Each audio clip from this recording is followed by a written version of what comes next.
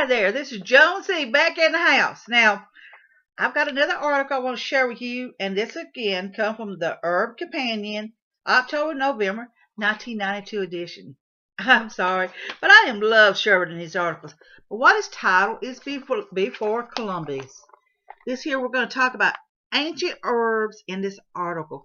Before the time of Columbus, before this time, when he come and supposedly discovered America. But there's a debate on that because of the Vikings was claiming. They said the Vikings did. It says the fierce morning sun bathed the pine trees in a misty glow as a single shadowy figure moved silently from village down towards the bog. Deer drinking nearby didn't even look up as he passed. He knelt on the ground and gently caressed the leaves of a small green plant, and then plucked it from the ground and placed it in his leather medical bag. See, our medicines came from nature, not from the stores. It came from nature in the beginning by people who knew how to make these up. And they went and seen these nature people. Someone was called witch doctor, someone was called herbalist, someone was called medicine people, whatever it was, whatever the label was. These were the ones you went to get the medicines you need because they had the knowledge of the land behind them. So, the Native American herbalist had spent most of his life learning the mysteries of the bog. It's never ending learning. I'm always learning. And I pass my ideas to you, and I'm always having to reread my stuff because I am still a greenhorn, and I'm going to be a greenhorn 20 years from now. And if the Lord's willing, and I'm living another 40 or 50 years or whatever down the road, I'm still going to be a greenhorn. You never stop learning. So, learning the mysteries of the bog, his knowledge of its plants providing medicine and food for his people. Before the village awakened from its summer night slumber, he had finished his morning search for plants. He placed an offering, a small amount of tobacco, and some shards of pottery by the side of the water to thank the spirit or Manitou of the bog for its generous gifts. Then he headed back to his people as the sun rose over the trees. The American Indians are awesome people. Awesome. The knowledge they possess. And they respected the land. They didn't waste. They didn't overhunt. They didn't overfish. They respected the land. You know what? If we all was like that, we'd be a whole lot better, wouldn't we? Fortunately, we got people that's greedy out there. And we got people just flat out don't care. By the side of the water, thank the spirits, like I said. That the scene that crept into my imagination as I carefully removed the past. On one of the older banks, my wife and son and I have excavated extensive remains of the Native American village, whose people once depended upon the abundant plants around the bog. Though housing construction is beginning to encroach on the area, a portion of the land over the now buried village site, and much of the who derive their entire livelihood from this area. Isn't that a shame in a way?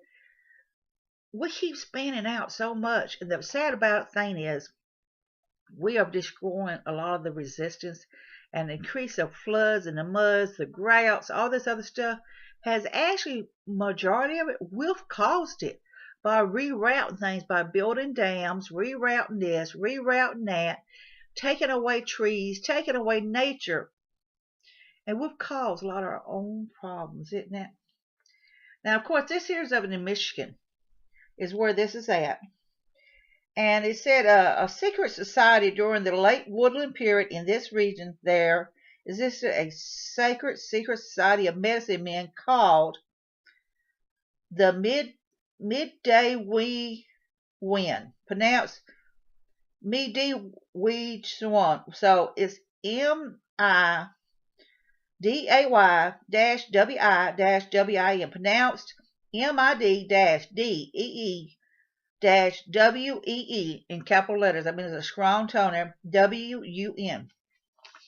It says the first Europeans entered the Great Lakes area named this order the Great Medicine Society, although there is no evidence of direct contact between Europeans and the woodland group living at Pot Sherbrooke.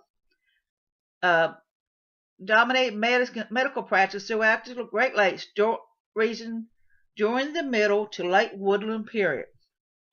Now you might want to do some research on that late woodland period. This here is an archaeologist talking about stuff that he found. The birch bark scrolls described with symbols and human shapes. Look here. Now this here's what he found. Now they took nature's bark and they made all this here. Now to us, we're just like, what is that? And even I'm like going, wow, what is that myself? But it talks about the benefits of all these different things and stuff. One day along the Oak Creek banks, we dug a test hole which happened to be on the perimeter of a campfire hearth. At a depth of about 20 inches, I uncovered a end-crest pendant of lightweight, buff-colored stone on it and a human skull on the other side. A nature hole had been cruelly countersunk and radiate lines were incised and a star-post pattern around it. The later design matches a symbol containing in the sacred birch bark scroll of the above everyone else.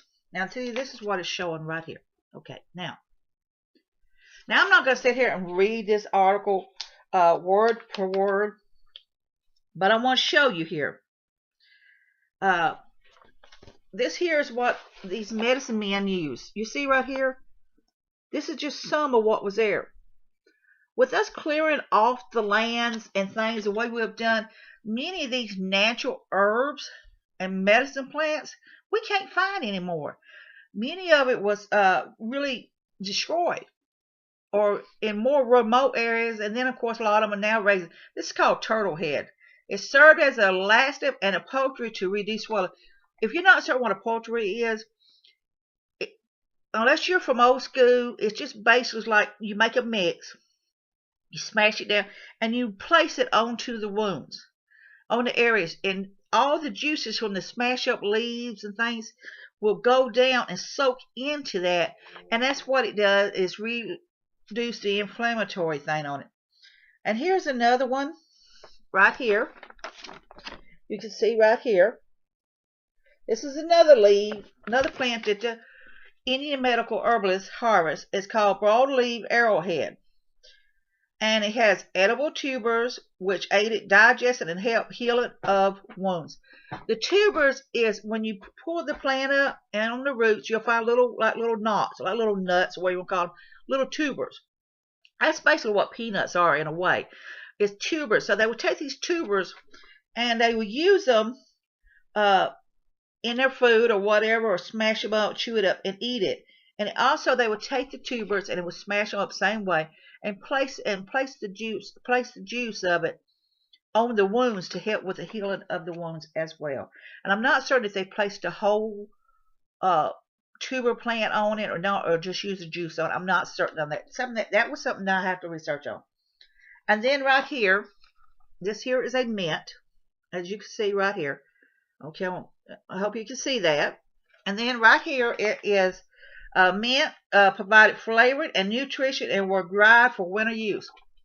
I told a friend I had to order my peppermint seeds. I've got a few peppermints growing out there, but I planted some spearmint. I'm hoping they'll come up. And I said, I'm making my own teas. Well, she looks at me, and her answer is, run to the store. Well, you know, there's something called tea bags at the store. Well, I make my own herb tea, and I drank it. And you know what? A lot of times I was really feeling bad and feeling crappy, and where I made my own mixture of my herb tea with Joe Pye plants and peppermint and cinnamon and other stuff, it helped me a lot. I've gotten sick still, but I find that my sick periods, I seem to ride them out a whole lot better than I used to, because I'm using the benefit of my natural herbs. So, you know, and then there was, you know, it's talking about other remedies. The branches of every young pines were boiled and the decorating used to treat of venereal disease. Woo-hoo. The natives of Old Van Eaton Creek made bombs of bear grease and pitch into which chopped herbs or minerals was mixed. Now, minerals is, of course, like say you find in the ground, like copper, zinc. They had knowledge of all this as well. And many of the mud areas, some of them are high concentrated in it. Did you know that in Mississippi a lot of people eat mud because of the high mineral content in it? So then it's as the root bark of the cherry trees was chewed and held a long time against the gum to treat trench mouth. Trench mouth is basically the gum disease you get, the soreness in it to help with all that. So that's what they would do. They would take, and that was something new I learned. Cherry tree was chewed and held a long time against it. Wasn't that something? The root bark of the cherry tree. So that means down basically towards the ground.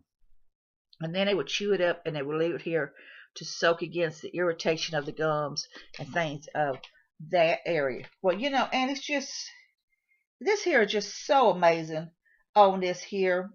It says sumac tea, a berry or root was used to treat loose bowels.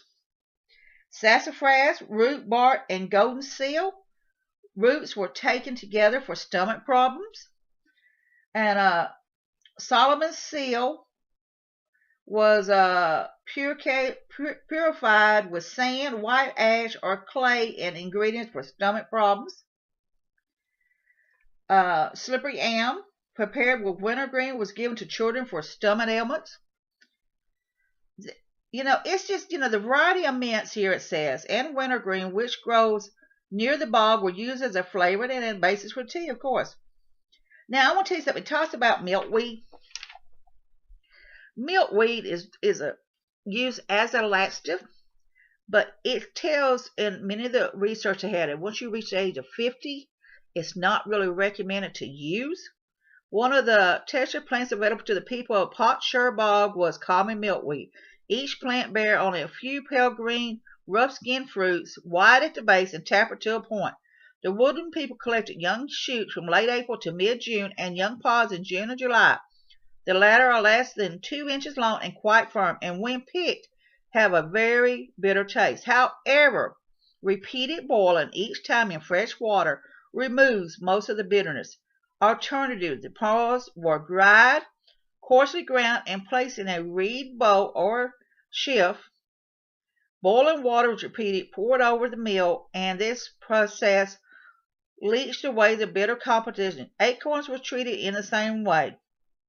Other plants collected solely for medical purpose and therefore under the supervision of the medicine people included boneset, spikenard, apple root, hickory bark, sassafras, mandrake, prickly ash, wintergreen. I mean, it's just number, and it is impossible to say exactly how these plants were used. So, and then it also talks about the traditional grapevine. Along the tradition from the lower elevation of the bog to the village were encountered many grapevines, which climb as high as 25 feet into the trees and produce wonderful dark purple clusters in the early fall. These species is native to eastern North America, and the sweet taste of the fruit is sufficient explanation for the abundant grape seeds that we have found at Old Van Eaton Creek. The Indians also ate the leaves. You can grind the grape leaves. Next time if you raise some leaves or you out there and you come across wild grapes, take you some of those leaves, dry them. I want to tell you what, they have health benefits in using them as a tea. Cranberry plants, though not currently abundant, grew profoundly at the bog in times past. So like I said, we cleaned off so much land, we destroyed a lot of our stuff. The low-spreading vines bear small, tough, evergreen leaves. The flowers, which develop in late summer on shoots, are a lovely shade of pink. Of course, and then it was talking about it was used, but made an excellent diuretic, and we assume the woodland people value it for its property, also the tradition, So the point is that we could learn a lot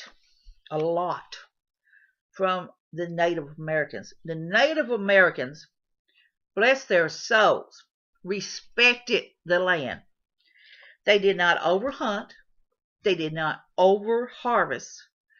They respected the land and only took what was needed. And if we, people as a society worldwide, did that, there would be a whole lot less problems. Unfortunately, there is so many of them here. Now, this in here is the name of the person who wrote this. You can look him up. And this is the article. This is in one of my herb companion books that I located at a yard sale. It's November 1992 issue. I will be sharing more of them. So Joan Seed here is in the house. I'm learning with you. That was an interesting article. And bottom line is saying respect the land. There is places overseas and everywhere, even here, we're just as guilty, has overfished, overhunt, cut the trees down till there's nothing left. Look at all this Easter Island. There's other islands over there. They've decided to bring other species of animals in to try to control the problems of other things and created more problems because there was nothing there to hunt these other insects or animals or whatever to bring in because it was not their natural habitat. So, check me out. It's Life Prepper is my YouTube site. I have a Facebook page called World of Joan.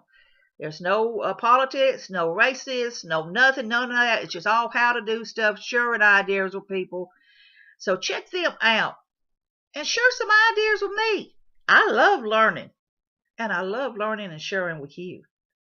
So today, Joan Seed is in the house with another wonderful article that she shared with you. And all you Native American people out there, I'm giving you a shout out because you know what? Bless every one of y'all's ancestors because they really could have taught a lot of us fools out here a lot about surviving off the land and respecting Mother Nature and respecting the surroundings. Maybe we wouldn't be losing so many animals. Maybe we wouldn't be in such a shape we're in now in many cases. So be safe, be happy. Bless you all.